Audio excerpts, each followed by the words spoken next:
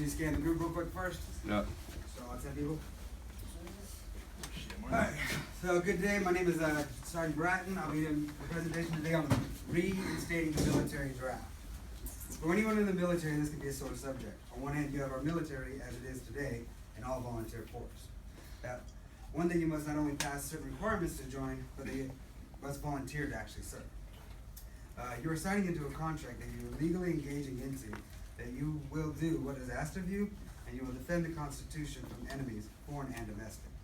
I believe that we as a country should reinstitute the draft, not as it was in the past, but in a way that will be beneficial for both all Americans, both women and males. If you look at other countries around the world, all the ones in red, you'll see that they have conscription, which is also basically also known as civilian service. This is where you take your average person, and they do stuff for the community. Zimbabwe in Austria has options for conscientious objectors to serve their country. They can serve as ambulance drivers, escorting non-emergent care people to hospitals and nursing homes. Other options include charity work and work in ministries.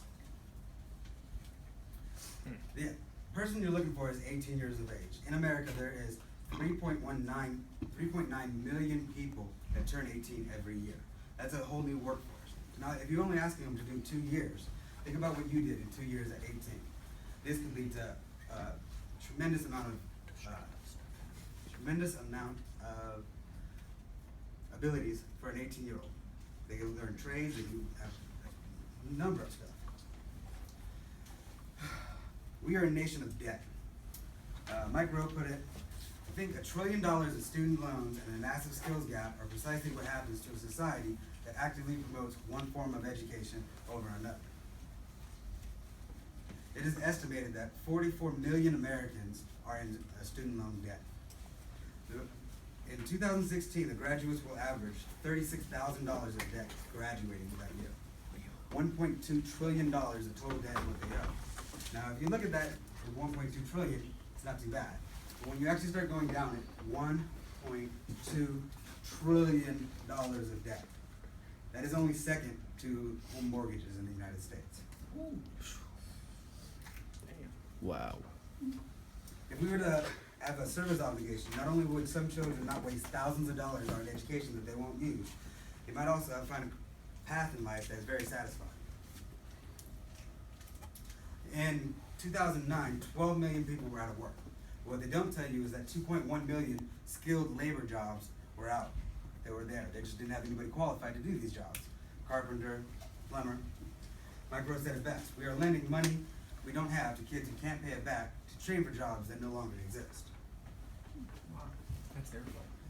This is, and the volunteer force. From Social Science Quarterly, 1989, the U.S. military became an all-volunteer force in 1973. As a consequence, it is now subject to market dynamics and come to rely on enlistment of young and disadvantaged people. One of the issues that we have come from the volunteer force is we're able to maintain a quota. This usually comes from impoverished youth. Young people who don't see a way out of their current situation are pressured into joining the military. 44% of the military comes from one region of the United States. That is the southern region.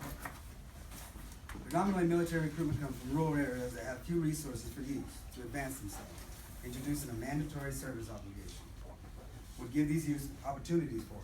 The chance to see the world while volunteering to help the less fortunate result in an enormous amount of gratitude that can in turn help each neighborhood. Research has shown that that military service is linked to political engagement, such as voting. And these people actually get out and do more for their communities. People will be more involved in the community. They will look for what they can improve and assist in getting done. They can learn trades that will both benefit the local area and teach them valuable skills for their entire life, such as volunteering for their area. Now, I'm not saying doing away with college. That is not what I'm trying to get at. If we were youth that were more involved in the world and knew what they wanted to do, they would do better in college because they would have their minds made up of what they wanted to do in their lives. I personally switched my degree plan 4 times so far. I'm not sure what I want to do with my life even after the Army. Creating a service obligation would benefit the world. If each person had a better idea of the community and what was going on in the world, you would have informed voters. You would have a trained market force that was highly lucrative skills. You would have students in class have a purpose to what they want to do. You would also have a nation of who had people who had worked to make it better than what it was. Thank you for your time. Here,